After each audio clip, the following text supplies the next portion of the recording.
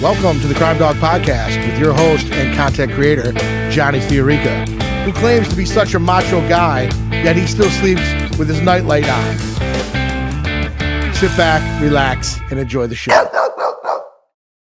Folks, welcome to the Crime Dawg Podcast. I'm your host, Johnny FIORICA, 30-year veteran with the Rochester, New York Police Department, retired as a detective, October of 2023. We got a good one for you tonight, folks. It's not good just because my co-hosts aren't here. You'll see that we got a little different picture tonight. David and Jason are not present for this interview. David had a personal event he had to go to with a family member, and Jason also was bowing out due to the topic matter for tonight because it has a direct relationship to his employment with the Rochester, New York Police Department. So they both respectfully bowed out for tonight, but it's okay. We've got two great people with us. We have Sergeant Justin Collins from the Rochester Police Department, Officer Michelle Calderón, also from the Rochester Police Department, the Recruitment Division, the training unit, backgrounds in recruitment. You got 79 different words for it. But folks, welcome to the podcast. Thank you for having us. Thank you. Thank you for having us. Welcome. So listen, you both worked with me. Mm-hmm. So you both know that I have the attention span of a 4-year-old. Yep. So let's get it right out of the box before I forget. That is true. You're here because you guys are in recruitment. You guys have a test coming up in September, correct? Yes. September 28th. Okay, so it's September 28th, 2024. Yep. Mm-hmm. The fall. Yep. So let's get the schematics out of the way before I forget to ask you and we have to call you back and say, hey, we forgot to talk about the test. So the test is September 24th. Multiple testing sites, one testing site. Where's the testing site? So it's September 28th. Oh, 28th. Yeah. I told you. See if you're That's listening. okay. The deadline. The deadline is the big days. Yes. The deadline is the huge day for us, which is September 4th at midnight. And I will be answering calls until that time. She means that. Helping people. Yeah. With 3 different phones. But anyways, what we're doing is we need people to sign up to take this test. So it's very important by September 4th. So the test is September 28th. Yes. Almost got you there again. The deadline is September 4th. Yes. Okay, where do they go to sign up for the Rochester Police Department exam? So you're going to go to www.cityofrochester.gov/joinrpd. Well, that's a Mouthful. It's a mouthful. All right, so you heard it there. I'm not going to repeat it because I'll definitely mess it up. So September 28th is the exam. The 4th is the deadline. Perfect. We got that nailed down. Mm-hmm. You guys both work out of the Rochester Police Department's background and recruitment section, right? Is that your official title? What's your official? We work out of headquarters. We kind of have a couple different jobs. I share a couple different jobs. So I'm out of headquarters still, but I do some recruitment. I have a bunch of different jobs currently. And Michelle, you do recruitment full-time? Yes, I'm recruitment full-time in the professional development section. We know that recruitment in the last couple of years has been challenging. Oh, yeah. And it's been challenging not only at a local level and a state level, but at a national level. Oh, yeah. I mean, I know you guys got your work cut out for you. Mm-hmm. So why don't you walk our viewers and our listeners through a day in the life of your job relative to how you get people to sign up to find our future law enforcement people? So I like the personal approach with people. So I do a lot of one-on-one conversations with people, and just a lot of people have a lot of concerns of things that may have happened in their past, or just reservations about the job, period. Yeah. So I like to have those conversations, and I maybe tell them a little bit about my experiences or other officers' experiences. And then we also talk to them about our workforce development program, which nobody else in this area is doing, which has been extremely helpful to get to know these people and grow with them and a great relationship. So at the end of the day, they want to stay with us and ultimately work for the Rochester Police Department. So you segued to my next question, which is perfect because Michelle, thank you for making me look good as you've always done. You're welcome, Johnny. So why don't you talk a little bit about that workforce development program, because I see you guys got a heck of a social media presence, which I want to get into your tactics and your ways and means of how you guys recruit eligible and qualified candidates. But talk about that workforce development program. So it's really a hybrid. It's in person and online. We work with candidates that come right off the civil service list or referrals. I mean, Johnny, as we all do being in this job, how many times have you been told, I want to be a police officer. What should I do? We've lost count. All of us have been approached by people who are interested. Now, granted, not everybody's going to make it, but there are far too many people who have interest that because the process is so long and so laborsome and you just get trailed off so easily, and you might have a setback and then you just give up and get into another industry when you would have been a good candidate. We've developed something, and as Officer Calderón alluded to it, there's no one else doing it in the entire country for that matter. We know because we've been in different places have reached out about it. But really what it is a combination of in-person and online management of these candidates. As we know, the process takes about a year to get hired start to finish. So really peeling back the layers and getting to know people, we're looking at quality over quantity. Now, we'll hear all the time that we need 100 officers, and for us, when we're getting to know these candidates, myself, the entire team, we're trying to get to know them for real because they're going to wear this and they're going to represent us. We spent so much time with them. We want to make sure that we're really doing our due diligence. We do the backgrounds. We knock on the doors. We talk to the ex-girlfriends, the second grade teachers, all this super important stuff. But what is the human being like right now? When you spend time with someone, you build relationships. That's how you build trust. That's how you start to really get to know someone. Sometimes we get to know them and we find out we don't really like them. That's okay. Sometimes they get to know us and what we're showing them the job is going to be, and they're not interested. We'd rather have them quit before we invest all our resources, money, time, perhaps put someone else in danger because you have someone who's not interested truly in the type of dedication that it takes to be a police officer. So going back to workforce, that combination of that hybrid of in-person, when we're doing the in-person stuff, we have PT instructors doing physical agility. So you might have heard the workshops that we've done in the past. This is not a workshop. The instructors know these kids on a very personal level. We do a lot of public speaking. We see folks every day, right? With the new generation is doing a lot of this, not a lot of this. We do a lot of public speaking exercises, bringing folks in there, getting them comfortable interviewing, really getting them coming out of their shell. But then after we do the in-person stuff and we do the written exam stuff and get them prepared for their backgrounds and the agility, the things that are measurable, but they could fail and that statistics and data shows that they do fail, we do a lot in the community. We know that 98% of what we do as police officers is empathizing with people in crisis. It just is. The guns, the fast driving, that's a small part of what we do. Talking to people when they're in their worst and trying to help them de-escalating situations. So we get our folks in the community. Now, Michelle and I asked them to do maybe 4 hours a week. These kids are doing, I call them kids because they're much younger than me, are doing 20, 30 hours at rec centers, working with the homeless, really working with a lot of the at-risk youth. And they're getting embedded in these neighborhoods. And that's great because as we know, I can speak for myself, right? The greatest transition other than being a father in my life was becoming a police officer. Yeah. Just a total change. Yeah, I think I follow you guys on social media. Stalk might be a better word. What my former brothers and sisters are doing, and I think you guys are doing some really good things. And I see the workforce development videos, and I see the pics and stuff that you guys are doing, and I like it as a weeding out process because it's best to weed them out at that point than waste a spot in the police academy and then some kid that could have maybe got in that was on the fence that didn't get in. Now he's got to wait the next class or might go to another department. But I like the workforce development program from the aspect of that you guys can weed kids out that, you know what, hey, this isn't for me. And you could see, because, listen, man, props to our PT boys and girls out there, right? Those guys and girls out there probably work those kids really hard and they get to see what the physical aspect of the job is relative to what the academy is going to be like. And that might not be for them. Right. And then you're talking about, interacting with the community relative to talking to people. It's very difficult to explain to people because if you put the three tools on a screen, everyone in reverse order will say it's the most important. All your guns are the most important. All your pens are the most important. But you're right. Talking is the most important thing that I learned in my 3-decade career. And a kid that comes on this job that does not have the ability to speak to people is going to have a lot of problems. So props to you guys for that development program. I like to see I like what you guys are doing with that. Thank you.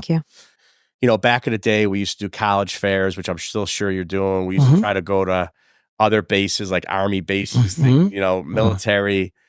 Because of the obstacles and the challenges that you faced in the last 3-4 years, with the lack of manpower everywhere all over the country, is there anything that relative to technology or strategies that you guys have developed or implemented because of these obstacles that you've tried over? I think we can both speak to that. I'll start.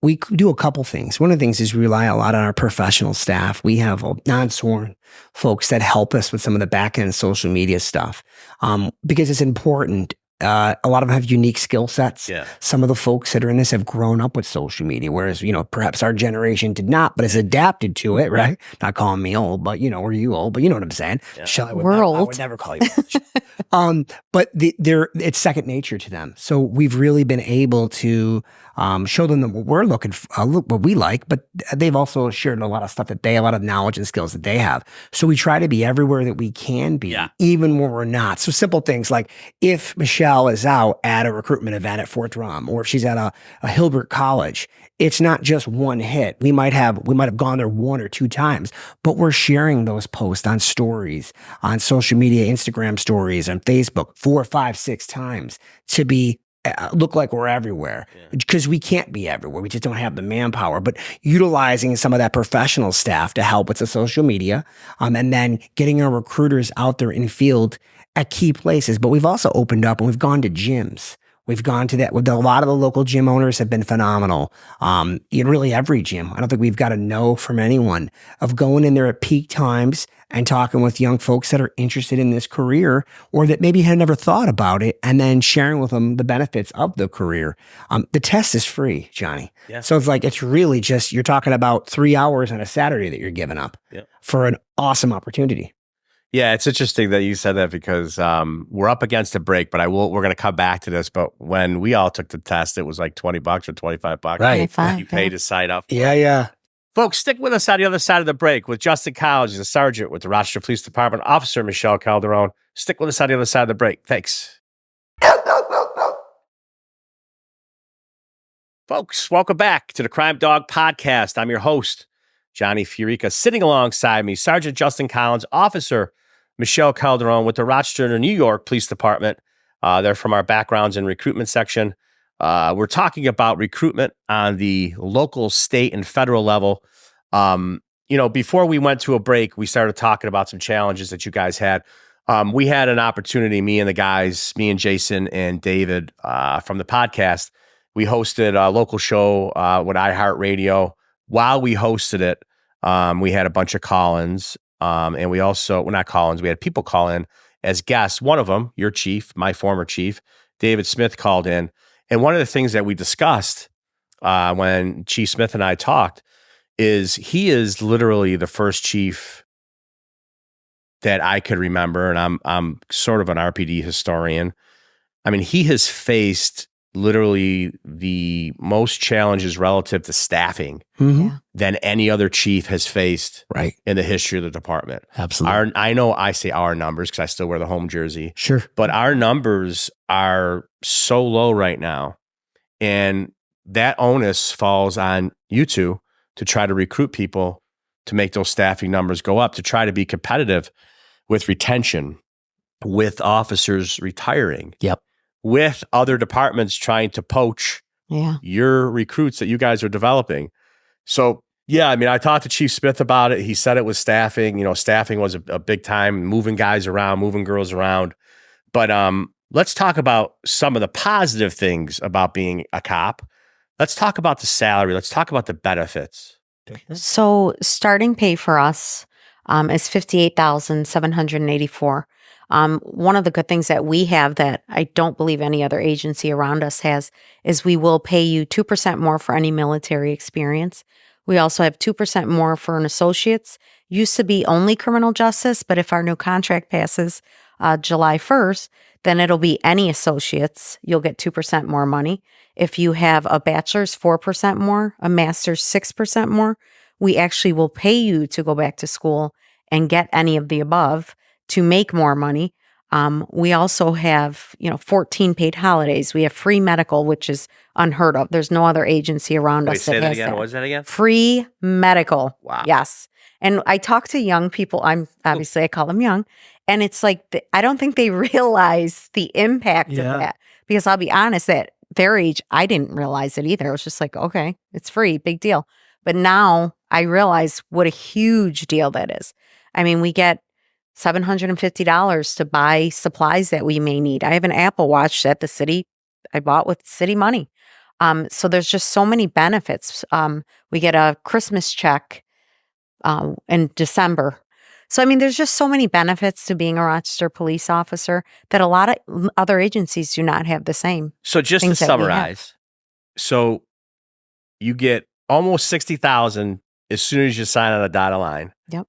You get free medical, so you don't have to pay for anything. Well, of course, you have co-pays and stuff, but you get free medical insurance. You get basically double time for holidays that you work. Yep.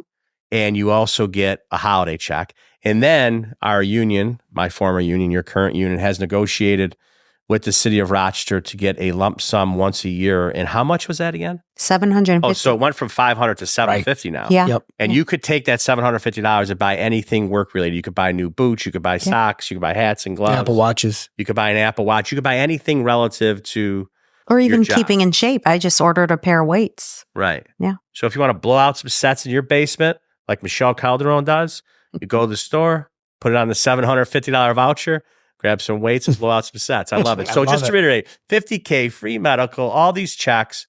Folks, why wouldn't you want to be a Rochester, New York Police Department? Let me just say one more thing. After a little over 3.5 years, you're making six figures. There you go. So nobody's making 60 grand.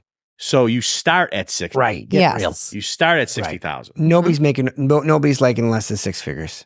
And now when you say six figures, that means they're making over 100,000. Yes. Yes. Correct. Now, if you would have told me, if you looked what some people have made, I mean, it's incredible. Like they've worked constantly. That's the thing. People will say, oh, this person overtime, this and that. But people are working night and day. As you know, we've got some guys and gals that really work constantly and it's time away from their family. But really the opportunity to make more money is there. There's not a lot of professions that you can just keep working to make more money. If you need to save for something, if you have a bill or whatever, you could just work not to get a second job, but work right at your job. That's been the reality that we've had in this department. It will continue. And that we always talk about staffing being a negative. One of the positives to having low staffing, which, I mean, obviously officer safety is first and foremost, so don't think I'm not accounting for that. But a positive to having low numbers is there are overtime opportunities, is what you're talking about. Sure. Yeah. For officers that come on the job as young cops. Yep. A lot of times in our generation, we've had part-time jobs, security jobs, other jobs to supplement the income that we were making. Now they don't have to do it. Sure. Basically saying you can work your full-time job, but there's overtime out there with staffing shortages and special events where you can make time and a half, 1.5 times what you're making in an hour. Mm-hmm. And you can make that and break easily over $100,000 a year. Easily. And another great thing is it's a 20-year retirement if you choose. Yep. So imagine starting this job at 20 years old, which you can. You just have to be 21 by the time you're done with all the training. So 20 years old, you can retire at 40 years old and start a whole nother career if you like. And I just hit my 20. That time you're about to hit your 20. That time flies by, as you know. Johnny, the part that's hard to describe if you've never been a police officer is the camaraderie. Mm-hmm. Like I think back to my times working, whether it was Genesee section, a Maple section, with guys like Brian Phillips, Tommy Minurka, Tony Gonzalez. Some of the most fondest memories. I was a young man back then. And learned so much about policing from those guys and along with those guys. But you talk about the brotherhood, the sisterhood, and the camaraderie in our profession, as you know, is unlike anything else. Yeah. It's like being on the greatest college football team, or probably as close as we'll ever see to pro sports. It's real with the people that you work with on your platoon, the people that you're rolling with when you're doing police work that have your back in the faces of danger. We talk about, why the Rochester Police Department. This is the show. It just is. Yeah. We're the highest volume, call volume police department in the area. Our officers see everything. We have some of the bravest people in the entire country working here, all the adversity that we've had to face the last few years, and they're out there every single day being professional and doing a phenomenal job. I mean, that's incredible. You're going to have an opportunity to join that group of people. Yeah. I mean, taking nothing else against anybody else, any other organizations, but without a doubt, this is the show. And where we're talking to people, John, we're telling them, this is it. This is the place where anything you've seen on TV, any Netflix series you've seen with policing, whether it's detective shows, our men and women are doing that every day. So if you're interested in policing, this is the place to do that. Yeah, that's a that's a heck of a sell, because I'll tell you why. You know, and again, nothing against the town police department, nothing against the county police, nothing against anybody. You're 100% right. If you're interested in being a cop and you're interested because you had watched a TV show or you had watched a movie and you want to make a difference in the community, the speed and the manner in which incidents happen inside the city of Rochester, you're right. This is the show. This is the place to be. This is the place to do it. Again, not taking no, the other places. We've got tons of friends that work on those, and without a doubt, 100%. But if you really want to get to do some police work, this is the place to do it. I say it all the time. I say it, you know, and we have friends all over the place, right? Yep. Locally and statewide and nationally. You know, I worked, and you guys have worked in sections where it may take you 5, 6, 7 years in other smaller departments to get that experience. Yeah. You're kind of fast-tracked with the Rochester Police Department, because the incidents that occur and the things that you investigate are all over as a wide spectrum. Absolutely. It's the volume alone. You know, even, of course, now that we're short-staffed, there's even more volume. But you jump on a third platoon or a first platoon, these guys are going from call to call to call to call. Policing has changed. It's changed from when we started, from when my father, I think your uncle was on the job, right? From when your uncle on the job, it's different. It changes. It evolves. It changes. Some for the good, some for the bad. Bottom line, it's changed. But still, this is an incredible profession, an honorable profession. Whether you're working in the city, whether you're working in Greece, Brighton, wherever, the county sheriffs, it's an honorable profession. The things that we ask police officers to do is nothing short of miraculous. It just is. I mean, it just is. These are strangers that they're putting their life on the line for, stepping in the middle of dangerous situations, but I wouldn't have changed my career for anything. I am so proud to be a Rochester police officer. Has every day been roses? No. Have I loved how everything's gone? No. But when I look back on it, this is awesome. How lucky was I? Because, you know, when we were trying to get on this job, it was extremely difficult. Yeah. And from a kid from Buffalo that came here, I knew nobody here. They took a shot on me. I will forever be grateful. The lifestyle and what it's afforded me and my family, tremendous, tremendous opportunity. And, you know, Rochester's my home now. It's just been an awesome job. So when we see these young people, it's hard for us not to get caught up in this, Johnny, because these young people are us back then, trying to get this shot. And they're from everywhere. African-American kids, Hispanic kids, Italian kids, Irish kids, everyone. They're all working together in a little melting pot there, week after week after week, fighting for an opportunity to get a shot, to get to work for the show. Now, we do lose some to Sheriff Baxter. They do. And you know, we just want these kids to get we do. We just want these kids to get opportunities. We're obviously home team. We want them to work for RPD, but we're never going to step in the way of one of these kids getting shot for another agency. No. But yeah, I mean, it's hard not to get caught up in it when we're so emotionally invested in these young people. And some will get to the end, Johnny, and they won't make it. Yeah. We cannot live their lives for them. No. But they're working their butts off for this chance. Yeah. Well, you know what they've always said when I was coming up, and our union would negotiate the contracts, they would pay these cops like your life depends on it. And it's nice to see towards the end of my career, and now currently, those wages and salaries are starting to get up there, and people are recognizing that the officers need to get compensated, because that's how you draw quality people into a profession that is so dangerous. Yep. You're 100% right. I mean, Michelle and I grew up on the same street in Rochester. I've known Michelle. We did. Oh boy, you probably got not even gonna get into off the bike stories, right? Listen, man, I've been friends with brother Anthony. Me and Anthony have been friends for 50 years.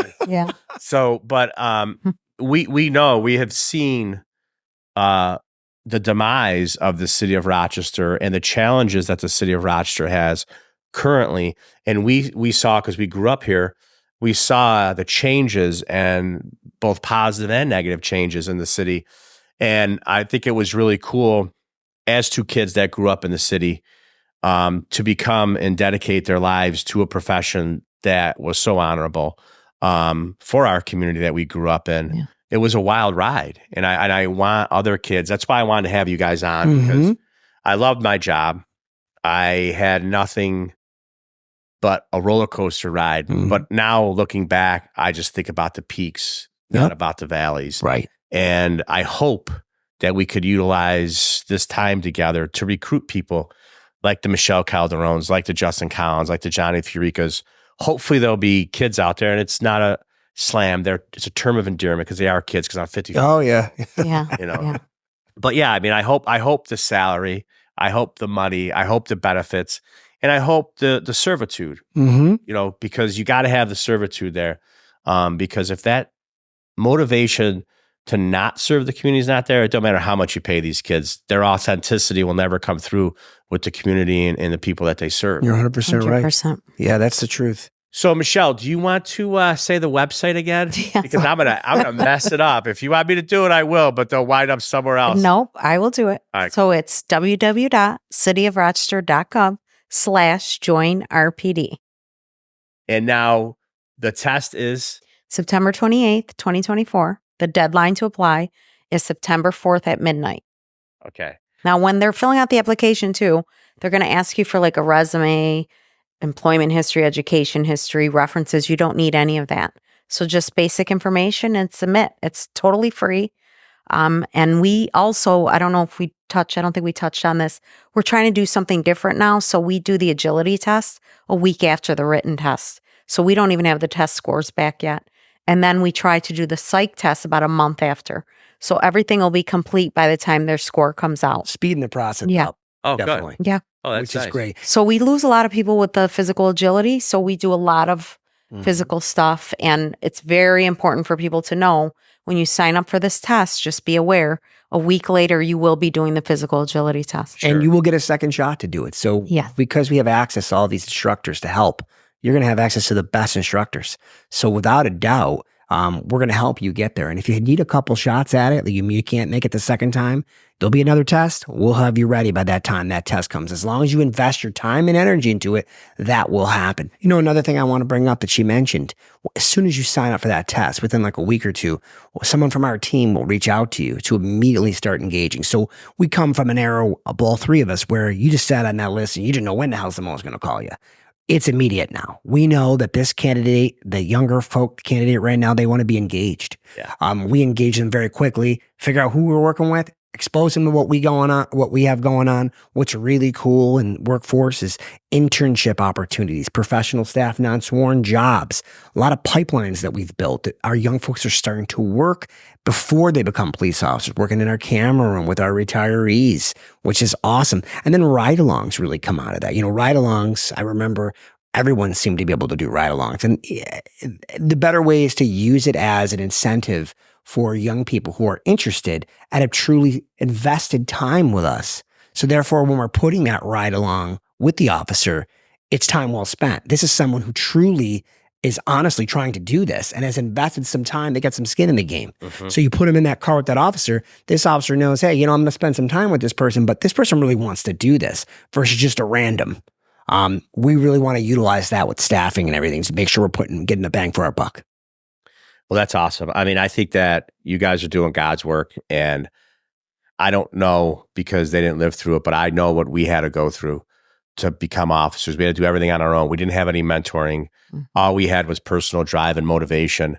But you guys are giving these young kids the tools to be successful. You're giving them our men and women who are in great shape, teaching them how to become better physically so they are successful in the academy. You're giving them other avenues to be successful prior to them even going to the academy, and then once they get to the academy to be successful. I mean, my hat's off to you. I really applaud what you do. I'm glad you guys came in tonight because at the end of the day, I think it's very important. You know, you guys are recruiting for the future. And you guys got a hell of a job, and you guys got a hell of a lot of challenges and obstacles. And my hat's off to you. So thanks for coming. Thank you. We're going to give it to you one more time. My good friend, Officer Michelle Calderón, is going to tell you when to sign up for the Rochester Police Department test and what you got to do to get there. Michelle, hit it again. Okay, so the test is September 28th, 2024. Deadline is September 4th at midnight. I will be having 3 cell phones that I will be picking up to answer any questions to help you with www.cityofrochester.gov/joinrpd. Michelle, do you mind if I put your personal cell phone on me? I'll put yours too, sir. Folks, there you have it. Sergeant Justin Collins, Officer Michelle Calderón, doing God's work, trying to find the future of the Rochester Police Department, future leaders in our community. Listen, you can find us on our YouTube channel at Crime Dawg Podcast. Once you're there, you can hit the like and subscribe button. We'll automatically send you a link with our latest episodes, or you can check us out on our website. It's the crimedawgpodcast.com, where you can click on our latest episodes, or you can see the library of episodes that we had. Thank you for listening to this podcast. We hope you sit with us for future episodes. But like my brother-in-law, Frankie Grassi, says, if you can't make it, who cares?